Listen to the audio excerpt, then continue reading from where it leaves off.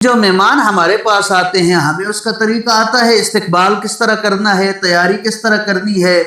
کیا کیا کام کرنے ہیں، کیا کیا کام نہیں کرنے، کون سے کھانے تیار کرنے ہیں، کون سے مشروبات تیار کرنے ہیں، اس کا استقبال کس طرح کرنا ہے، کن چیزوں سے خوش ہوتا ہے، کن چیزوں سے خفا ہوتا ہے، یہ ساری چیزیں دنیا کے جو مہمان ہمارے پاس آتے ہیں ان کے حوالے سے ہمیں معلوم ہوتی ہیں۔ تو رمضان المبارک کی صورت میں جو مہمان میرے اور آپ کے پاس آ رہا ہے، اس کا استقبال کس طرح کرنا ہے، اس کی تیاری کس طرح کرنی ہے، اس کو کس طرح خوش رکھنا ہے، تو اس حوالے سے چند معروضات آپ کے گوش گزار کر رہا ہوں۔ جو کام ہم عموماً رمضان المبارک میں اور رمضان المبارک کے بھی آخری عشرے میں جا کر کرتے ہیں، کوشش کریں وہ کام رمضان سے پہلے پہلے ہم نمٹا لیں، تاکہ رمضان المبارک کے روزے، سحری، افطاری، تراویح، تلاوت، درود شریف، اوراد، وظائف، تسبیحات، جتنے بھی معمولات ہیں، جتنی بھی عبادات ہیں، وہ ہم خوب اطمینان کے ساتھ، سکون کے ساتھ، تسلی کے ساتھ کر سکیں۔ رمضان المبارک میں ہمارا بہت سارا وقت عید کی تیاریوں میں ضائع ہو جاتا ہے۔ مثال کے طور پر گھر کی صفائی ستھرائی پر لگ گئے، بیڈ شیٹس کو دھونے پر لگ گئے، فرنیچر کو درست کرنے پر ہم لگ گئے، برتنوں کو دھونے پر ہم لگ گئے، گھر کی دیگر صفائی ستھرائی پر ہم لگ گئے،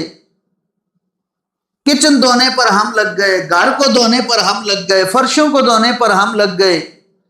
برآمدے اور صحن کو صاف ستھرا کرنے پر ہم لگ گئے۔ تو اس طرح بہت سارا وقت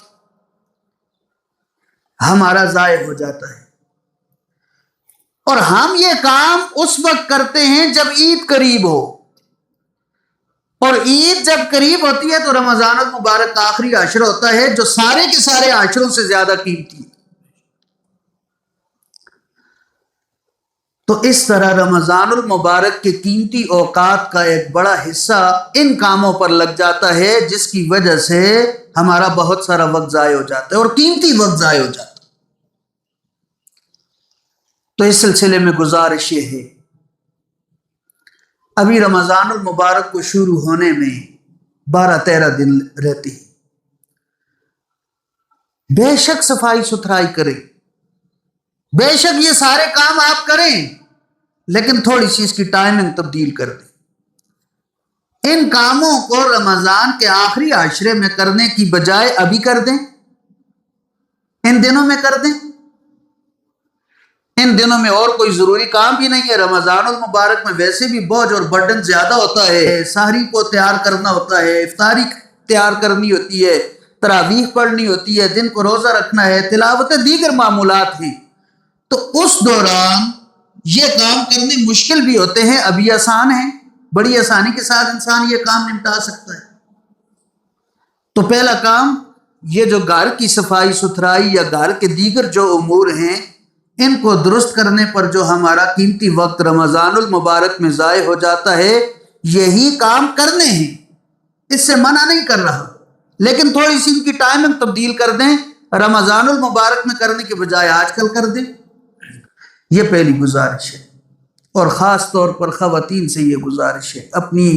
ماؤں بہنوں بیٹیوں سے یہ گزارش ہے کہ بجائے اس کے کہ یہ کام آپ رمضان میں کریں یا رمضان کے بھی آخری عشرے میں کریں، ابھی وقت ہے، یہ کام ابھی نمٹا لیں۔